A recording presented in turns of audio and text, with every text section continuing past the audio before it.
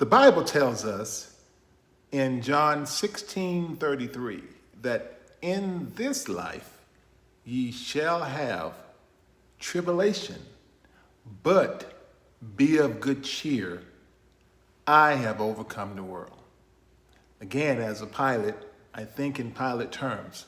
So when I hear that word tribulation, I think about turbulence. Turbulence. Turbulence is defined from an aviation standpoint of a momentary interruption of the air over the wing of the aircraft, because it is the air over the wing that gives the aircraft lift. So when you go through a cloud or go through an air pocket, there's a momentary interruption of that air flowing over the wing, which causes the airplane to go up and down and create what we call turbulence. Turbulence to me is really pretty much the same thing as tribulation. And Jesus promised it. Turbulation, momentary interruption of a good flow. Or I like to say this, unexpected, unpleasant change of circumstances. And that's what we've experienced today, this month, this week, this year in our lives. Whenever we have someone that we hold dear to us that goes to heaven, that passes away, that dies, whether it is a long illness and they just fade away into heaven, or whether it is something that's tragic and instant and just far too early. Either way you look at it, it's unexpected, unpleasant change of circumstance. Jesus promised that. He said that in this life, you would have unexpected, unpleasant change of circumstances, but be of good cheer. I have overcome the world. I like the but in that scripture, because what it does, it butts out everything that came before the but. In this life, you shall have tribulation, but, all right, but it out of the way, be of good cheer. I have overcome the world. So today I want to encourage all dear hearts. I love you so much on behalf of my wife and my family and everyone here that is supporting you. The funeral homes, the churches, the prayer warriors, your family and friends. I just want to encourage you that in this life, death is part of it.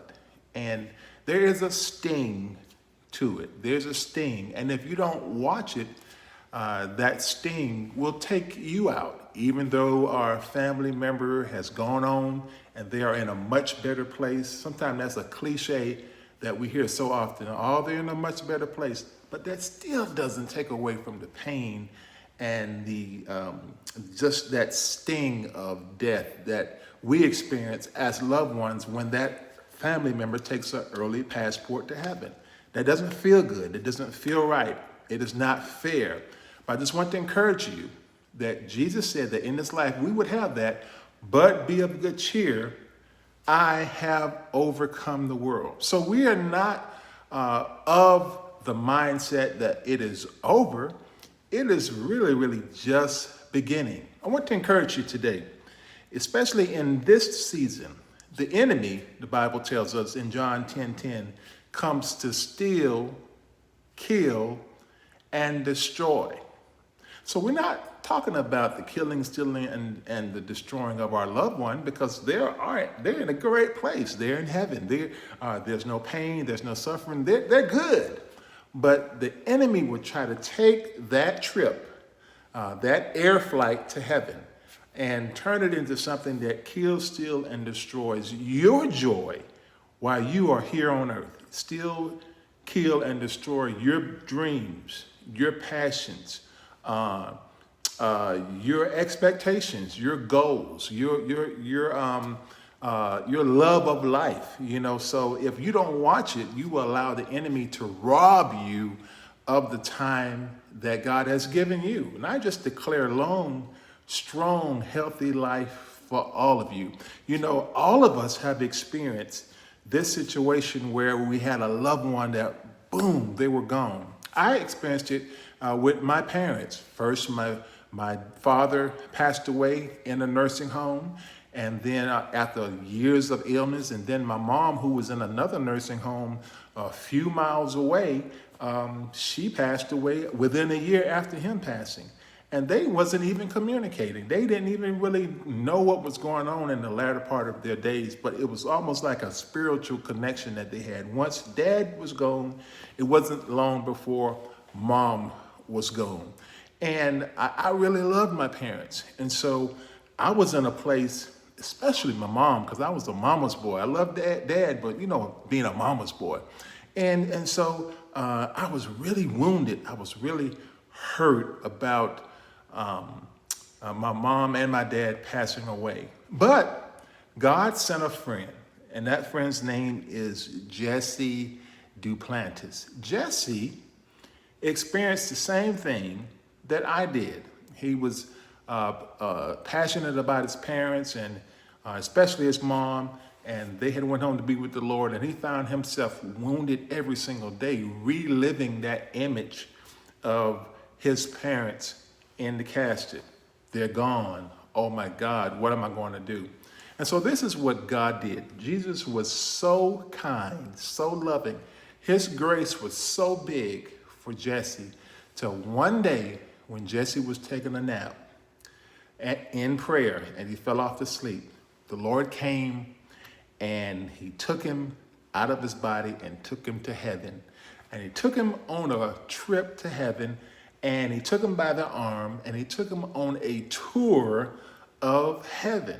He got to see Abraham, Isaac, Jacob, Moses, Noah.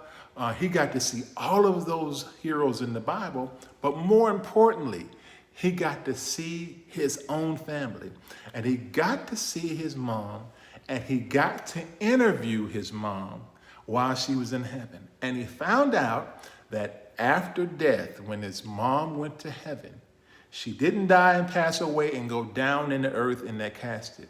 She went up in heaven, and she's in heaven right now, continuing her ministry.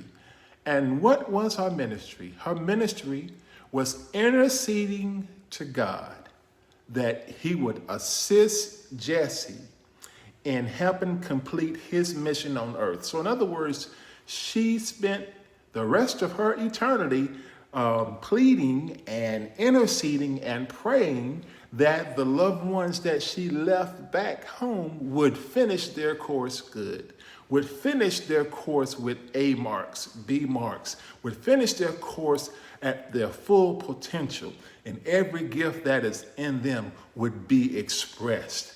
And so when Jesse got back to his hotel room from that tour, he never saw his parents in his mind in the casket and in their grave again. He saw his parents in heaven and continuing their ministry from a different place. It's almost like you just relocated to a different place. And that's how he saw his mom and his dad, and it gave him joy. So it took away all that pain and that grief. So rather than having a lifestyle of grief, a lifestyle of suffering, which the enemy wanted to kill, steal, and destroy all of that joy, all of that love. Rather than have that, he had passion, he had encouragement, because he was able to remember that his parents, they're watching him. They're interceding. They're his guardian angels now. They are looking out for him. They're nudging God and saying, hey, look out for my son Jesse. Make sure he goes to the right place. So I believe that's what's happening for Tankard. My mom and my dad, they're looking down on me now.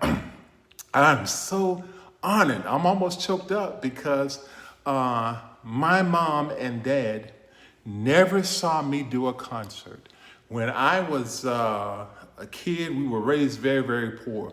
And so I'm 6'6" by the time I'm in the 6th grade. So I became a professional basketball player, but I was also good at music. I was a tuba player in the band. And so when I got to the NBA, I was injured and cut my first year. Never saw a game, never made it out of rookie camp. You can imagine being raised poor and having a dream of being a professional ball player, being 6'6" and shooting the ball and playing against Michael Jordan and Magic Johnson and Clyde Drexler and all those guys. That was my dream. That was my era. But when I got to the Portland Trail Blazers, I never saw a game. I got cut in camp. Depressed. You're talking about the death of a career. It was unexpected, unpleasant, change of circumstance. I'm in turbulence right now. But God, I went to church and I got saved, and the minister prayed for me, and I put my hands on the piano and I began to play the first time like a professional jazz musician. So I continued in my gifting as a musician, and I began to get better. I began to record and have all this success. But in the middle of this, before I really hit my pinnacle of number one, my parents passed away. So here on earth, they were never able to see me march across the stage and receive the Grammy, receive the Stellar, receive the Dove Award. They didn't see it on earth, but my God, I know they are in heaven, and it's because of their prayers and their encouragement of me on earth and now from heaven that I'm able to fly my course. I'm able to minister to you guys today. I'm able to sit down and play a gift that God gave me that I never had a lesson, but 15 gold records and 6 platinum records and traveling the world, being able to meet great people like you guys and minister to you and encourage you. And so I just want to let you know that even though your loved one has gone on to heaven, this is the beginning of another chapter for you. I've got a very, very good friend, Joel Osteen. In fact, he preaches a sermon that includes my testimony in it. You should look it up on YouTube and see Joel Osteen tells the Ben Tankard story.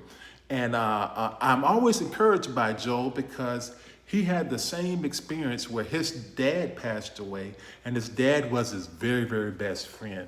And so the Lord took that sting away because he knew his dad was continuing to intercede for him from heaven within the company of a congregation of other champions. And so Joel was able to step into his dad's shoes and take that ministry of Lakewood from where it was to where it is right now. So that's just 2 examples that I wanted to give you guys today and encourage your heart that it is not the end, it is the beginning. Let me encourage you in this way as well.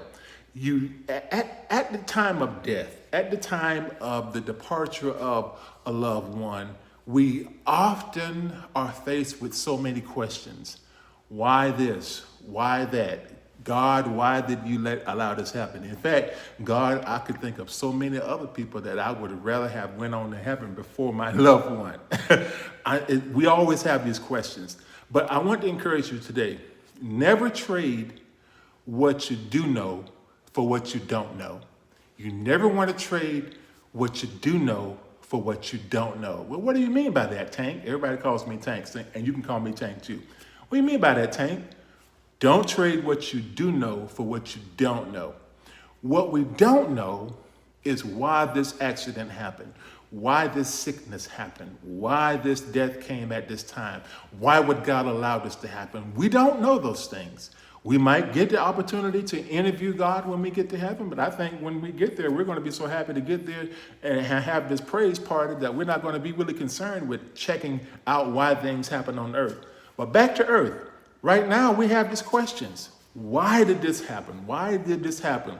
But you don't know. So you don't want to trade what you don't know for what you do know. What you do know is that God is good. What you do know that God is great. What you do know is that you still have air in your lungs. What you do know is that you have the activity of your mind. You've got blood running warm in your veins. Even though you may be in pain right now, you have to be alive to feel pain. And so we don't want to trade what we don't know for what we do know. We don't want to swap that out. Keep your words lined up with where you're going. Say things like this. I'm quick. I'm sharp. I'm gifted. I'm smart. I'm good looking. I'm healthy, wealthy, and wise. I'm already blessed. I'm already blessed, and I'm looking to be a blessing to somebody else. I guarantee you, if you had the opportunity to go interview your loved one right now, I guarantee you, they would not want you to give up. None of them would say, you know something? I didn't make it. I'm in heaven now. You might as well give up and come on up here too. No, they wouldn't say that. They would say, you know something? You know, I'm in a great place, but I want you to finish your course there. There's so many other people there that are dependent on you. So get back down there on earth and do what you're called to do. Express those gifts. One of the things that Mom told me all the time was that we are in the ghetto, but we are not of the ghetto. So she encouraged me to have a millionaire mindset. She encouraged me to dream big dreams. Yes, one day we're going to get out of this raggedy shotgun house and eating pork and beans in the can and Spam and fried bologna and hamburger helper with no hamburger, welfare peanut butter, powdered eggs, powdered milk, cereal with milk. Come on, talk to me. Cornflakes with milk, with water. No milk, cornflakes with water. So she would say, listen, this is just temporary. When you grow up, you're going to have steak, boy. When you grow up, you're going to have a big home. You're going to have great wife. You're going to have a great children. And I've experienced that, I'm able to live my dreams. And so I didn't give up because Mom told me I could make it. And so don't forget about those good times. Don't forget about those encouragements that you got from your loved ones. Don't you dare allow their memories to be watered down with a lifestyle of grief. Grief is good. We have to get it over with and get it done. But we don't want to get stuck there. We want to say things like, I'm quick, I'm sharp, I'm gifted, I'm smart, I'm good looking, I'm healthy, wealthy, and wise. I am a blessing looking for somewhere to happen. That's what your loved one would want you to do. So I am so honored that you guys gave me the opportunity to sow that into your heart. Let me give you a couple points on how you can have a full life moving forward here. You can have a full life moving forward after today. Number one is, don't begin your day with your cell phone. You don't want to get up and add more bad news to your already struggling heart. You're trying to get over your loved one taking an early passport to heaven. You don't want to add to it by just reading about negative news. You don't want to begin your day with your cell phone or begin your day with your television. You want to begin your day with prayer and praise. Begin your day with prayer and praise. Then you want to exercise and eat. Something about moving around that burns up that negative energy, depression, anxiety. So get out there and exercise, walk around, go to the gym, do something at least 3 times a week for 30 minutes, exercise. So you want to pray and praise when you get up. You want to exercise and then eat a good meal early. Feed that body, make your body strong so you can be able to experience all those gifts that God gave you. And then you want to read something, read and reflect. That means you're reading something positive, reading something that's encouraging, the Bible, a book, an article, a blog. And then finally, you want to dream and direct. What do I mean by that? You need to start dreaming again. I know your loved one is from heaven hoping that you get those dreams going again. And you need to direct them. That means almost like you're the director of a movie of your life, creating a trailer of coming attractions. So you should be a walkie-talkie, baby. You should be walking and talking victory, walking and talking testimony. Yes, grandma is gone. Yes, dad is gone, but they empowered me to do this. This is one of the things they showed me I could do. This is a good memory that I had of my brother when he was here. Get those visions out there and make it happen. It won't be overnight, because when I got saved and God anointed me to play the piano, there was a 5-year period of time between being gifted to play the piano and actually getting a job in music. So I took a job to keep food on the table in the meantime. Just kind of nudge your neighbor and say, in the meantime. So that in the meantime season, I had to get a job just to keep some food on the table. And the job was not something that I really liked.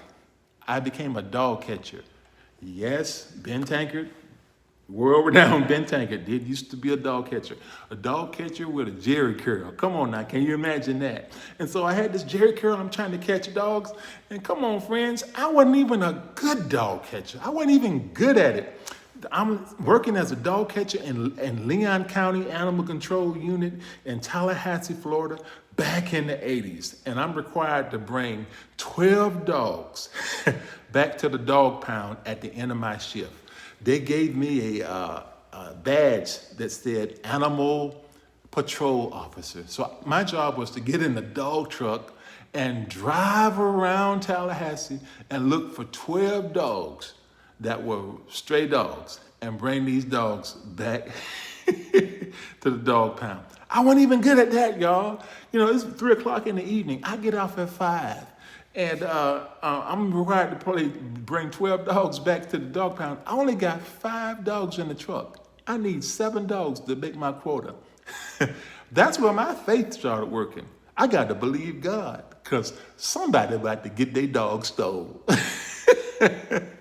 And so this is my big testimony, guys. This is my big testimony. I just want to cheer you up here. I went to a music store that sold pianos and organs, and I didn't have the money to buy the piano, but it only took a dream to get in there. And I walk in there with my dog catching uniform on, and I put my hands on the keys, and I would play the piano, and people would gather around and say, "Oh my God, this guy is great!" And then one day, the lady that was shopping in the store for a piano told the store owner, "Hey, I'd like to buy the piano that the dog catcher is playing." And that was my big moment, because the store owner came over and said, "Ben, keep on playing, man. Every time you play, somebody buys something." And long story short, that's how I got my first music job. He hired me to become a keyboard demonstrator, and I quit my job as a dog catcher. In fact, I didn't even go back to the dog pound to quit. I called him on the phone and said, "Hey, this Tank, I quit. I'm gonna mail you your uniform. You might want to come get your dog truck. It's parked outside, and it got 5 or 6 puppies in it, and it's 99 degrees outside." So that's how I quit the dog pound. But my point is, and I hope you're laughing, because I hope you're cheering up here, because God has a plan for your life.